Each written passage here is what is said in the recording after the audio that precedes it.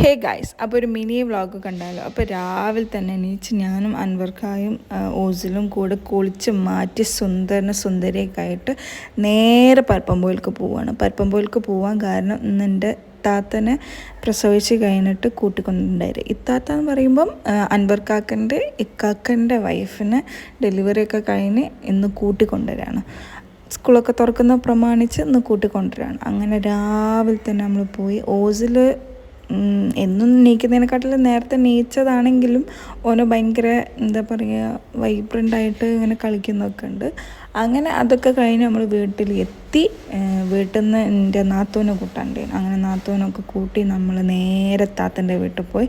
താത്തൻ്റെ വീട്ടിൽ പോയപ്പം കാലാവസ്ഥ മഴ അതിനെക്കൊണ്ട് കയറിയ പാടെ തന്നെ നല്ല ചൂടുള്ള ചിക്കൻ സൂപ്പ് തന്ന് നല്ല ചിക്കൻ സൂപ്പൊക്കെ കഴിച്ച് അവിടെ ഫുള്ള് പെട്ടിയും കാര്യങ്ങളൊക്കെ ഫുൾ സെറ്റാക്കി താത്ത റെഡി സ്റ്റഡി ഗോ എന്ന് പറഞ്ഞിങ്ങനെ നോക്കിയായിരുന്നു.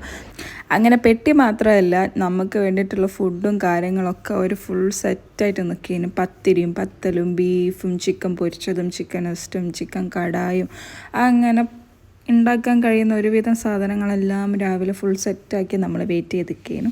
അങ്ങനെ നമ്മളെല്ലാവരും അതൊക്കെ കഴിച്ച് താത്ത അവിടെയുള്ള എല്ലാവരോടും ടാറ്റാ ബൈ ബൈ ഒക്കെ പറഞ്ഞ് നമ്മൾ നേരെ കാക്കൻ്റെ വീട്ടിലേക്ക് പോയി. അടുത്തതിന് ശേഷം ഫുൾ ഹറി പറയാണ്. കാരണം ഒന്നാമത് വെള്ളിയാഴ്ചയായിരുന്നു, രണ്ടാമത് സ്പെഷ്യൽ ഫുഡ് ഉണ്ടാക്കേണ്ടായിരുന്നു. അപ്പം നമ്മൾ അടുത്തുമ്പോഴത്തേക്ക് ഉമ്മ മധുരമൊക്കെ ഉണ്ടാക്കി വെച്ച് വെയിറ്റ് ചെയ്തിരിക്കുകയായിരുന്നു. അതൊക്കെ കഴിഞ്ഞ് ഉമ്മ ബിരിയാണിയിലേക്ക് കിടന്നു. അപ്പം നമ്മളും തിളങ്ങും വിളങ്ങും നമ്മൾ മൂന്നാൾക്കാരുണ്ടെങ്കിൽ നമ്മൾ മൂന്നാളെ കഴിയുമ്പോൾ ഓരോ ട്രോഫികളുള്ളത് കൊണ്ട് അങ്ങനെ അങ്ങോട്ടൊക്കെ ഹെൽപ്പ് ചെയ്യാൻ പറ്റിയിട്ടില്ലെങ്കിലും കഴിയുന്നതൊക്കെ ഹെൽപ്പ് ചെയ്ത് അന്നത്തെ ദിവസം അടിച്ച് പൊളിച്ച് ബിരിയാണിയൊക്കെ കഴിച്ച്. അപ്പോൾ ഇത്രയേ ഉള്ളൂ. സബ്സ്ക്രൈബ്